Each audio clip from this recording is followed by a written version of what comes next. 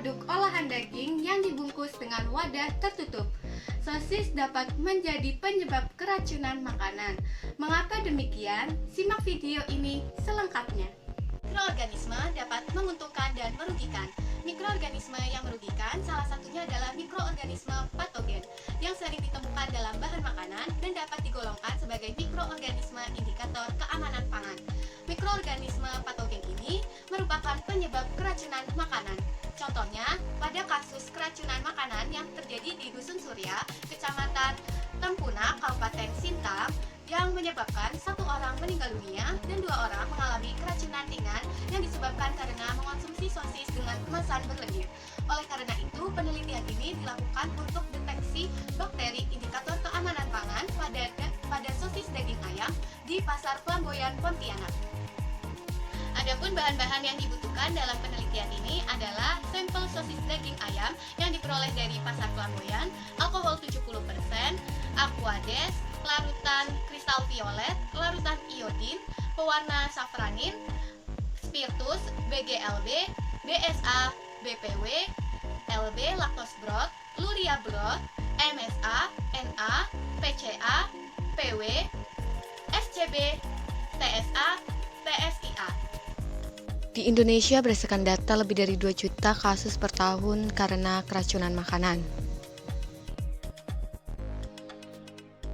Preparasi sampel. Sampel diambil secara acak dari 4 pedagang sosis daging ayam di Pasar Flamboyan. Kemudian masing-masing pedagang diambil 3 kemasan sosis atau 375 gram. Kemudian disimpan dalam suhu ruang 28 derajat Celcius sampai 30 derajat Celcius. Kemudian waktu penyimpanannya 1 hari, 3 hari, dan 5 hari. Kemudian preparasi dan pengenceran. Penelitian ini menggunakan 4 seri pengenceran, yaitu 10 pangkat min 1, 10 pangkat min 2, 10 pangkat min 3, dan 10 pangkat min 4. Pengujian bakteri coliform. Uji dugaan. Sampel dari pengenceran 10 pangkat min 1, 10 pangkat min 2, 10 pangkat min 3 diambil sebanyak 1 ml dan dimasukkan ke 3 tabung reaksi yang berisi 5 ml lactose broth yang di dalamnya terdapat tabung Dunham dalam posisi terbalik. Kemudian diinkubator dalam suhu 37 derajat Celcius selama 48 jam. Setelah 48 jam, dicatat hasil jumlah tabung yang membentuk gas pada tiap-tiap pengenceran. Kemudian uji penegasan. Uji penegasan dilakukan pada setiap tabung uji yang membentuk gas, diambil 1 ose, kemudian dimasukkan ke dalam tabung yang berisi BGLB yang di dalamnya terdapat tabung Dunham dalam posisi terbalik, kemudian diinkubator pada suhu 37 derajat Celcius selama 48 jam. Uji dinyatakan positif apabila terbentuk gas atau gelembung di dalam tabung Dunham.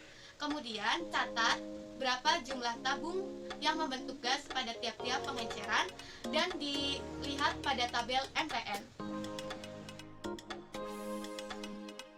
Pengujian bakteri E. coli. Tabung positif pada uji dugaan coliform diambil 1 ose, kemudian dimasukkan ke dalam tabung reaksi yang berisi 9 ml larutan luria broth yang di dalamnya terdapat tabung Dunham dalam posisi terbalik. Kemudian jumlah tabung reaksi yang digunakan untuk uji dugaan bakteri E. coli disesuaikan dengan jumlah tabung positif yang terdapat dalam uji dugaan coliform. Kemudian diinkubasikan dalam suhu 37 derajat Celcius dalam waktu 24 sampai 48 jam. Catat jumlah tabung reaksi yang mengandung gas dan sesuaikan dengan tabel MPS. Kemudian uji penegasan. Tabung reaksi yang mengandung E. coli yang mengandung gas diambil 1 ose, kemudian diinokulasi secara digoreskan dengan cara zigzag pada media EMD yang telah ditentukan, kemudian diinkubasi dalam suhu 37 derajat Celcius dalam waktu 24 jam. Uji dinyatakan positif mengandung E. coli ditandai dengan terbentuknya koloni yang berwarna kilap logam pada media TMB. Pengujian total bakteri. Sampel dari pengenceran 10 pangkat min 3 dan 10 pangkat min 4 diambil 1 ml dan dimasukkan ke dalam cawan Petri yang berisi media plate count agar atau PCA. Kemudian sampel tersebut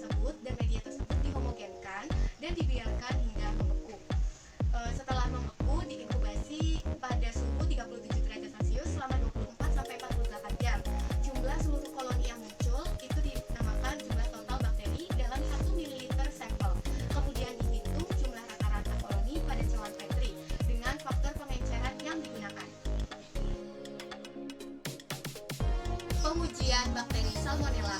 Yang pertama, prapengayaan. Ambil sampel 25 gram, kemudian dimasukkan ke dalam tabung Erlenmeyer 250 ml dan tambahkan larutan pekaya LB 225 ml dan dihomogenisasi, kemudian diinkubasi pada suhu 37 derajat Celcius selama 24 jam.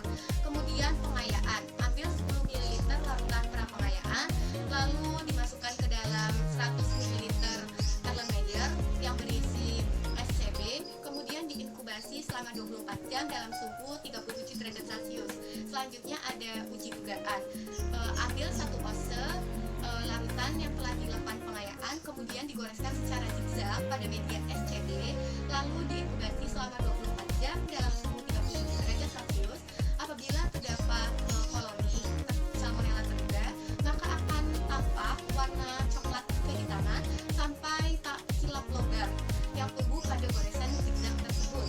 Jika terduga tampak, untuk memastikan bakteri yang terduga adalah Salmonella atau tidak, dilakukan uji lanjutan, yaitu uji penegasan. Uji penegasan dilakukan dengan mengambil 1 ounce terduga Salmonella pada media SCB, kemudian dimasukkan ke dalam media Na miring. Setelah itu diinkubasi selama 24 jam dalam suhu 37 derajat Celcius. Lalu koloni yang tumbuh diambil dan dimasukkan ke dalam media TSIA dan diinkubasi selama 48 jam dalam suhu 37 derajat Celcius. Pengujian bakteri Staphylococcus aureus. Uji pendugaan. Sampel dari pengenceran 10 pangkat min 3 dan 10 pangkat min 4 diambil sebanyak 1 ml, kemudian dimasukkan ke dalam cawan Petri. Kemudian media TSA yang sudah didinginkan masukkan ke dalam cawan Petri. Kemudian media dan sampel dihomogenkan lalu dibekukan. Setelah itu diinkubasi dalam suhu 37 derajat Celcius dalam waktu 24 sampai 48 jam. Jika terbentuk koloni bakteri, maka dilakukan uji penegasan. Selanjutnya, uji penegasan. Koloni terduga pada cawan Petri diambil, kemudian digoreskan secara zigzag pada cawan Petri yang berisi MSA yang telah dibekukan. Selanjutnya, cawan Petri diinkubasi dalam suhu 37 derajat Celcius dalam waktu 24 sampai 48 jam. Uji dinyatakan positif apabila warna media berubah dari merah menjadi kuning.